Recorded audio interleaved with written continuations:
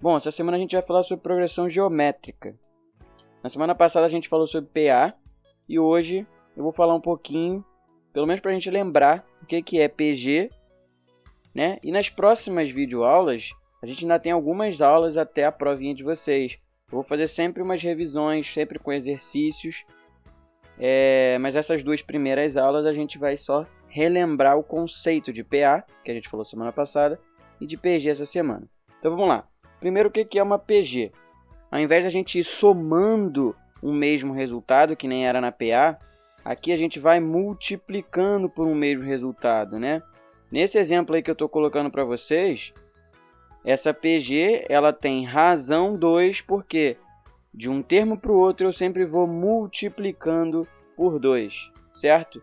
E óbvio, né? Esse 2zinho aqui se chama razão, como eu já tinha falado. E aqui na PG a gente representa a razão com a letra Q, ao invés da letra R, tá bom? E vai funcionar da mesma forma. Esse 2 aqui é o meu primeiro termo, que a gente vai chamar ele de A1. E vai existir um último termo aqui, que seria o AN, que representa um termo geral da nossa progressão.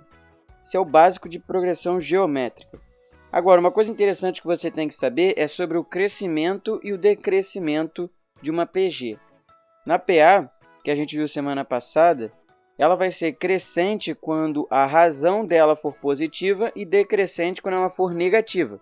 Só que aqui na PG não vai ser assim. Por quê? Imagina que essa PG tenha razão menos 2. Vamos começar com o mesmo A1, que é 2.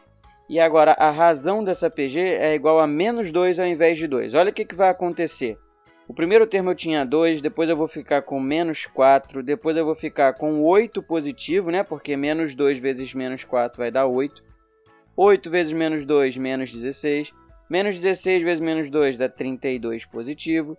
E assim sucessivamente. O que você está reparando? Que essa progressão ela não está nem crescendo e nem decrescendo, ela está alternando. Tá vendo? De 2 positivo foi para menos 4. De menos 4 para 8. De 8 para menos 16. Ela está alternando entre positivo e negativo. Então isso aqui não faz com que ela seja nem crescente e nem decrescente. Mas beleza, quando que ela vai ser crescente e quando que ela vai ser decrescente? Se liga agora nesses dois exemplos. No primeiro, eu vou colocar a minha razão sendo igual a 3. No segundo exemplo, eu vou começar com uma razão sendo 1 sobre 2.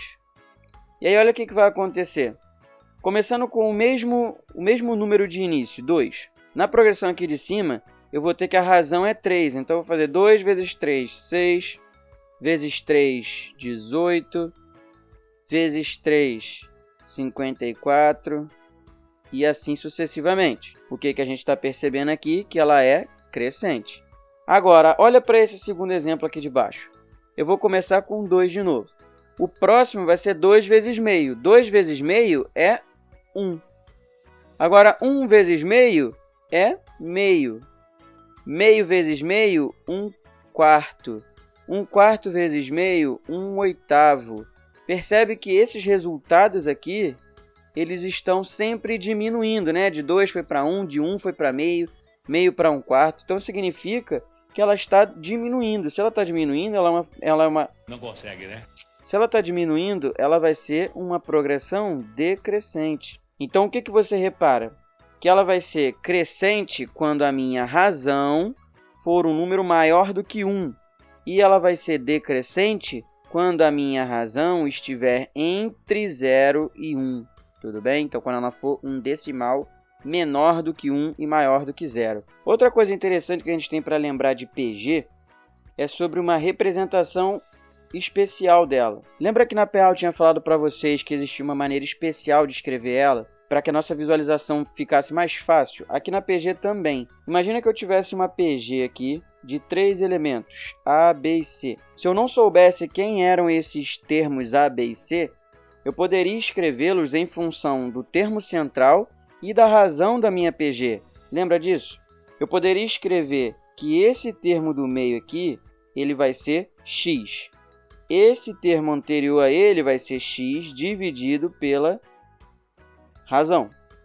E esse terceiro termo aqui seria o x vezes a minha razão. Lá na PA a gente escrevia x menos a razão e x mais a razão, certo?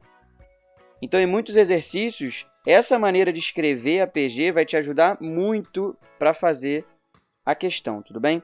Outra coisa que eu acho interessante de lembrar é da propriedade da PG. E qual era ela? Lá na PA, a gente falava que o termo central ele era a média aritmética dos termos equidistantes. Aqui, o termo central, que no caso ali é B, né? Ele vai ser a média geométrica, ou seja, ele vai ser a raiz quadrada do A vezes o C, tudo bem? Isso vai acontecer para qualquer termo da sua PG, tá bom? Você vai pegar dois termos que tenham a mesma distância de um termo central, vai tirar a raiz quadrada do produto deles e você vai ver que é uma propriedade válida para qualquer progressão geométrica. Tudo bem? Por fim, uma coisinha que eu queria que vocês também tivessem em mente que é muito importante na PG é o estudo da soma dos seus elementos, tá? Soma dos termos. Só que aqui na PG, a gente tem dois tipos de soma dos termos. A gente vai ter a soma dos termos de uma PG finita e a soma dos termos de uma PG infinita. Lembrando que para esse caso aqui da PG infinita, a soma dos termos, essa formulazinha que a gente vai utilizar, ela só vai valer para aquelas que a razão seja entre 0 e 1, tá? A soma dos termos de uma PG finita, ela vai ser dada por A1 vezes Q elevado a N menos 1, tudo isso sobre Q menos 1, onde esse A1 é o primeiro termo e o Q é a razão. E aqui na PG infinita, a soma dos termos vai ser A1 sobre 1 menos Q. Então agora vamos fazer um exercício só para relembrar isso em prática. Vamos lá, questãozinha do Enem e naquele esquema. Sempre lendo o problema, interpretando, sintetizando as informações e aí sim, depois disso tudo, começar a resolver, tá bom? Vamos lá. Alguns modelos de rádio automotivos estão protegidos por um código de segurança. Para ativar o sistema de áudio, deve-se digitar o código secreto composto por 4 algarismos. No primeiro caso de erro na digitação, a pessoa deve esperar 60 segundos para digitar novamente, ó. Parei e vou marcar essa informação. O tempo de espera duplica em relação ao tempo de espera anterior. Então, ó, mais uma vez, o tempo de espera duplica em relação ao anterior. A cada digitação errada. Uma pessoa conseguiu ativar o rádio somente na 4ª tentativa. Então, ó, é só na 4ª tentativa que ele consegue acertar. Sendo de 30 segundos o tempo gasto por digitação. Então, 30 segundos a cada tentativa. Nos casos de digitação incorreta, ela iniciou a nova tentativa imediatamente após a liberação do sistema de espera. O tempo total em segundo gasto por essa pessoa para ativar o rádio foi igual a... Bom, vamos imaginar o seguinte. Ele vai digitar esse código aí, e aí ele foi e digitou a primeira vez. Só que ele errou, né? Porque ele falou que só acertou na 4ª tentativa. Então, na primeira ele errou, tendo que esperar um tempo de 60 segundos para poder digitar novamente. Aí ele digita novamente e erra de novo, na segunda tentativa. Então, agora ele teve que esperar 120 segundos. Por quê? Porque ele falou que dobra, ó, o tempo de espera duplica. Aí ele foi e digitou de novo, a terceira tentativa. Só que ele foi e errou de novo, então 240 segundos foi o tempo que ele teve que esperar. E aí, ele digitou a 4ª tentativa. E aí ele acertou, então ele não esperou mais nada, ele só esperou até aí. Tudo bem? Beleza. Agora ele diz que a cada tentativa ele demora 30 segundos para digitar. Então ele demorou 30 segundos para digitar aqui na primeira tentativa, 30 segundos para a segunda tentativa, 30 segundos para a terceira tentativa e a 4ª tentativa ele também demorou 30 segundos, só que aqui ele acertou, né? Então agora é só somar essa brincadeira toda aí, ó. Somando esses três caras, 60 com 120 dá 180, 180 com 240 dá 420. Então aqui eu tenho 420 segundos. Agora, somando os tempos de digitação, eu vou ter 4 vezes 30, né? Que é 120 segundos. Agora, somando esses dois camaradas aí, 420 somado com 120 vai me dar 540 segundos. E essa aqui era a resposta aí da sua questãozinha do Enem, letra C. Percebe que é de boa? Você poderia ter interpretado isso aqui, ó, como uma PG, certo? E feito pelo termo geral, por mais que não precisasse, porque era uma questão bem curtinha. Tudo bem? Nas próximas videoaulas eu vou trabalhar mais exercícios com vocês, tá bom? E a gente vai relembrando mais desses conceitos que eu acabei de falar. Essas duas primeiras aulinhas era só para relembrar as principais coisas que você tinha que focar para estudar aí, para fazer a sua prova.